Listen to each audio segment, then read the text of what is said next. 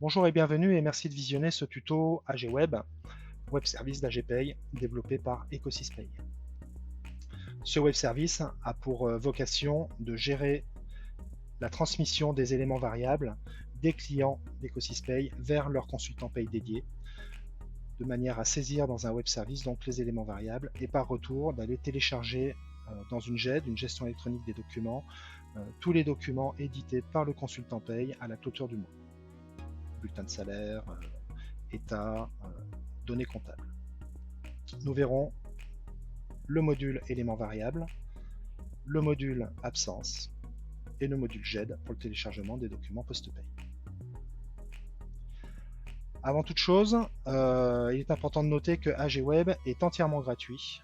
C'est un service que nous offrons à nos clients. Il n'y a pas de frais de paramétrage à prévoir, ni de frais attachés à une licence d'utilisation quelconque. C'est un service qui est gratuit pour les clients EcosysPay, pour lesquels nous traitons la paye, sachant que nos clients sont soit des entreprises pour lesquelles nous externalisons la gestion de la paye, ou des experts comptables pour lesquels nous sous-traitons la paye de leurs clients. Embarquons donc pour la démo d'AG Web. Voilà la page d'accueil donc d'AG Web sur laquelle vous atterrissez en suivant le lien qui se trouve ici, que je vous invite à copier dans les favoris de votre navigateur. Ça vous évitera d'avoir à le chercher à chaque fois que vous souhaitez accéder à AG Web. Voilà, vous arrivez donc sur cette page d'accueil.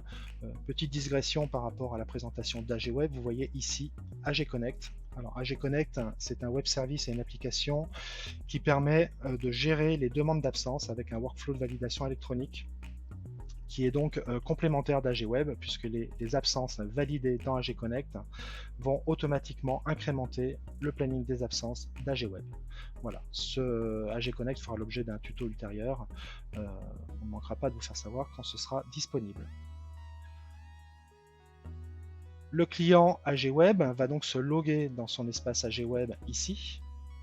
On considère que l'utilisateur d'AG Web est par défaut l'administrateur ou un des administrateurs de la solution au sein de la société ou du cabinet d'expertise comptable. Il est donc entièrement responsable des données saisies dans le web service. Donc on se logue à AG Web. On saisit ici le nom d'utilisateur qui est généralement l'adresse email professionnelle de l'utilisateur et le mot de passe qui aura été préalablement créé par l'utilisateur suite à la réception d'un email d'invitation à la première connexion. Voilà. Ceci étant fait, on saisit son adresse email pro à ce niveau-là, le mot de passe qu'on a préalablement défini, et on s'identifie. Si on avait un souci de mot de passe, on ne sait plus quel mot de passe on a choisi, bien évidemment, vous avez ici la procédure classique, mot de passe oublié. Vous saisissez votre adresse email pro, vous cliquez sur le bouton mot de passe oublié et le système vous envoie un nouvel email de connexion au système qui vous permet de reparamétrer le mot de passe. Tout ça c'est du très classique aujourd'hui, tout le monde sait faire, mais sachez que ça existe dans AG Web aussi. Donc on s'identifie. Et là on rentre dans le dossier AG Web de la société concernée. On a ici 4 boutons. Éléments variables, absence, GED, transfert en paye. Ici, un menu déroulant pour accéder à des fonctions supplémentaires. Et là, la possibilité d'aller voir son profil ou de le modifier. Alors, on va peut-être commencer par ça. On va aller voir ce qui se passe au niveau du profil. Voilà, moi je suis administrateur d'AG Web pour l'entreprise. Je peux modifier un certain nombre de choses. Alors, il n'y a pas des tonnes de variables, hein. Voilà, je suis un monsieur, une madame, le nom, le prénom, mon adresse email, que je peux modifier si elle est changée, voilà, je peux le faire à ce niveau-là, ou je peux redéfinir mon mot de passe.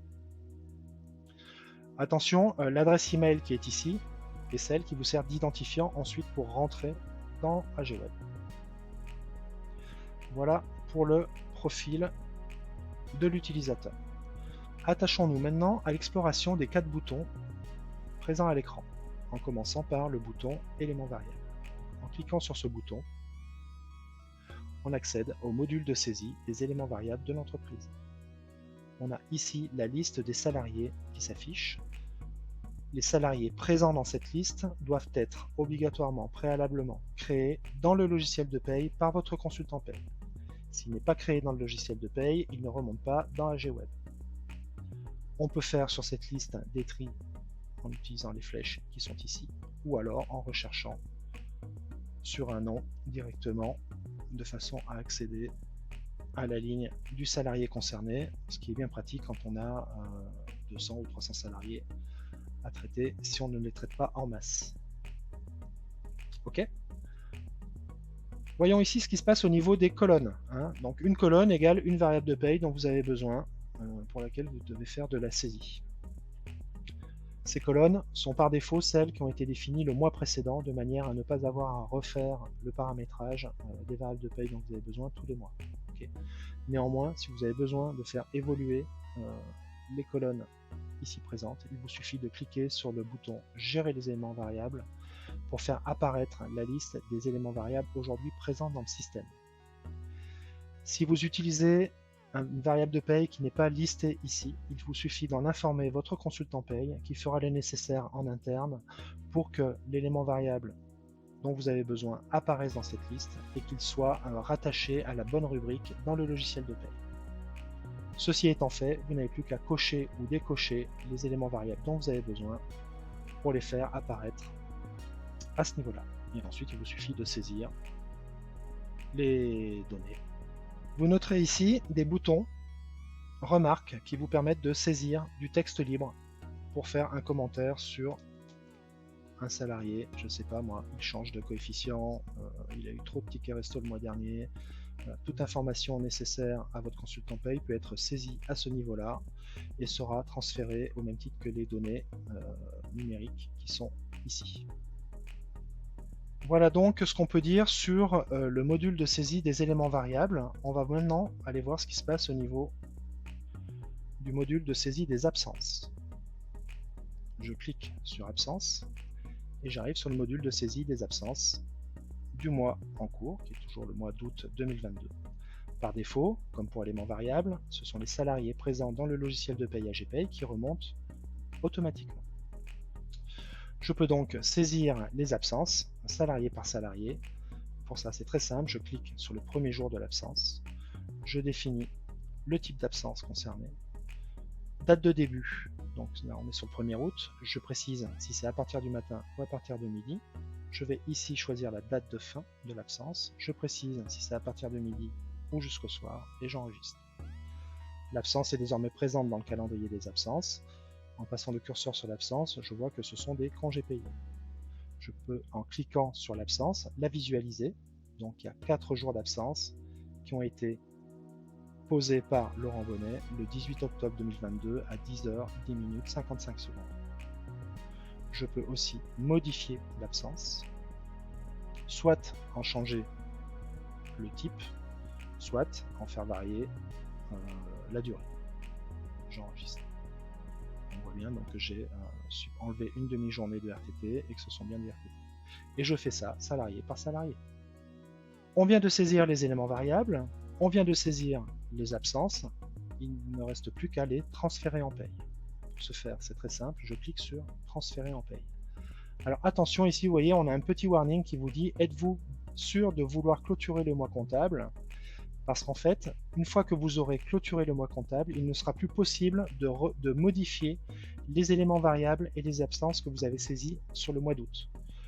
Évidemment, on pourra toujours les modifier dans le logiciel de paye, mais en tous les cas, elles ne sont plus modifiables dans AGWeb. Donc, quand vous faites la clôture des éléments variables dans AGWeb, vous avez validé le fait que c'était bien les bonnes variables de paye à transférer. Voilà. Quand vous cliquez ici sur le bouton envoyer, vous générez un email à votre consultant paye qui sait que les éléments variables du mois d'août 2022 de votre société sont à disposition pour être intégrés dans le logiciel de paye après un contrôle de cohérence que nous faisons toujours et permettant donc de lancer le calcul du bulletin de paye en version préparatoire. Explorons désormais le bouton GED, comme gestion électronique des documents. En cliquant sur ce bouton, vous accédez à une arborescence de dossiers. Ces dossiers sont hébergés sur le serveur d'EcoSysPay. Les données sont sauvegardées, sont archivées et protégées. Vous y avez accès 365 jours par an, 7 jours sur 7, 24 heures sur 24. C'est-à-dire que quand vous cherchez une donnée relative à la paye, vous n'avez pas besoin de nous solliciter, vous allez directement dans l'année concernée chercher les documents dont vous avez besoin. Et ces documents, vous pouvez les télécharger document par document, mois par mois, année par année. Voilà pour la fonction GED. Les données qu'on retrouve dans la GED sont ici, s'agissant d'un module de démonstration, essentiellement des PDF. On peut aussi y stocker des fichiers Excel, des états, etc. En fait, tous les documents qu'il est convenu que nous mettions à vos dispositions à la clôture de la paye.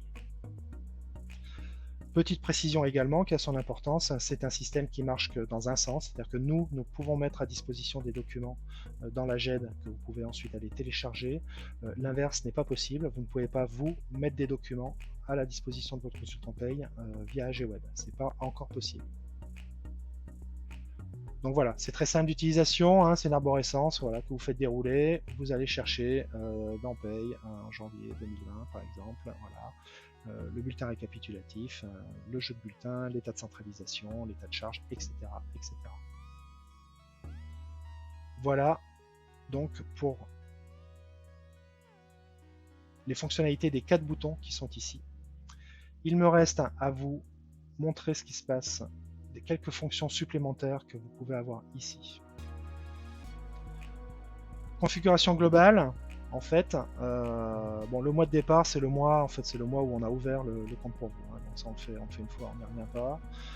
Vous pouvez ici définir sur si le mois de traitement des variables est celui du mois en cours ou le mois précédent. Vous pouvez parfois raisonner avec un décalage de paye d'un mois, par exemple. Si c'est le cas, vous devez ici rentrer, par exemple, puisque on parle du mois d'août. Rentrée juillet, voilà, et ce sont donc pour août les données de juillet qui seront prises en compte par le système. Voilà. Si c'est le cas, c'est ici que ça se passe. Ensuite, jours fériés, voilà, ils sont par défaut créés jusqu'en 2025, me semble-t-il. Voilà, vous pouvez ajouter les jours fériés. Je sais qu'à La Réunion, par exemple, il y a un jour férié attaché à l'abolition de l'esclavage, voilà, qu'on peut donc rajouter ici. Tout simplement en cliquant sur le bouton, on a la date, on lui donne un titre, on valide. Et on a créé un nouveau jour férié si on a besoin de le faire.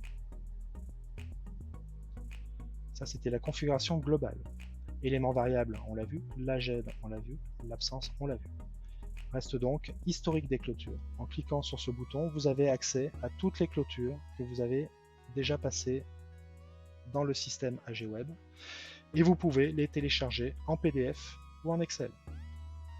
Cliquez sur le bouton, vous ouvrez le document. Bon, là il y a très peu de variables, hein, on est sur un module de démo. Voilà. Vous avez donc, puis ça vous l'enregistrez ensuite hein, sur votre serveur. Et vous pouvez avoir la même chose au format Excel qui peut vous permettre de compiler d'ailleurs plusieurs mois pour faire des stats, je sais pas, sur le type d'absence, si c'est intéressant pour vous de le faire. Voilà. On a un onglet éléments variables, un onglet absence.